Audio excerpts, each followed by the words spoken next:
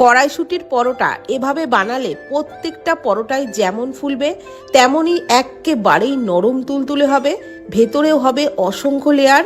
যে কোনো তরকারি মাংসের সাথে খেতে দুর্দান্ত লাগবে। তো কড়াইশুঁটির পরোটা বানানোর জন্য প্রথমেই একটা মিক্সি জারেতে হাফ কাপ কড়াইশুঁটি, আদা কুচি, 2টো কাঁচা লঙ্কা, 1 মুঠো ধনে পাতা আর 1 চামচ চিনি, অল্প একটু জল দিয়ে একদম সমস্ত কিছুর মিহি করে পেস্ট তৈরি করে নিয়েছি।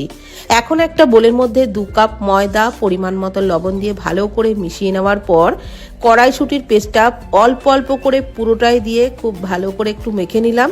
তারপর অল্প উষ্ণ গরম জল দিয়ে ডোটাকে একদম সফট করে, মানে একেবারেই নরম করে কিন্তু মেখে নিয়েছি।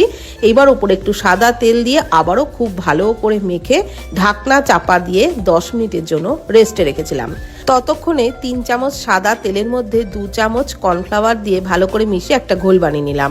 এদিকে ওই ডোয়ের থেকে মিডিয়াম সাইজের করে লেচি কেটে নিয়েছি। 10 মিনিট পর এক একটা লেচিকে এইরকম বড় করে পাতলা করে বেলে নিয়ে মাঝখানে ওই ঘোলটা কিছুটা পরিমাণে মাখিয়ে তারপর এইভাবে প্রত্যেকটা ভাজে ভাজে ওই ঘোলটা মাখিয়ে তারপরে আবারও এরকম 2টো ভাঁজ করে এরকম 4 কোনা করে লেচিগুলো তৈরি করে নিলাম। সব লেচিগুলোকে তৈরি করে নিয়ে প্রথম লেচিটা আগে বেলে নিচ্ছি। এরকম 4 কোনা করে আবারও পরোটা বেলে নিয়ে ফ্রাইং প্যানে প্রথমে তেল ছাড়া ভেজে নিয়ে অল্প অল্প তেল দিয়ে পরোটা ভাজবেন, দেখবেন একদম সুন্দর ফুলে উঠবে। খুব বেশি তেলেরও কিন্তু প্রয়োজন হবে না। আর তেমনই হবে একেবারেই নরম তুলতুলে, যে কোনো তরকারির সাথে মাংসের সাথে খেতে দারুণ লাগবে। তরকারির ভিডিও দেখতে চাইলে কমেন্ট করবেন, নেক্সট দিন শেয়ার করব।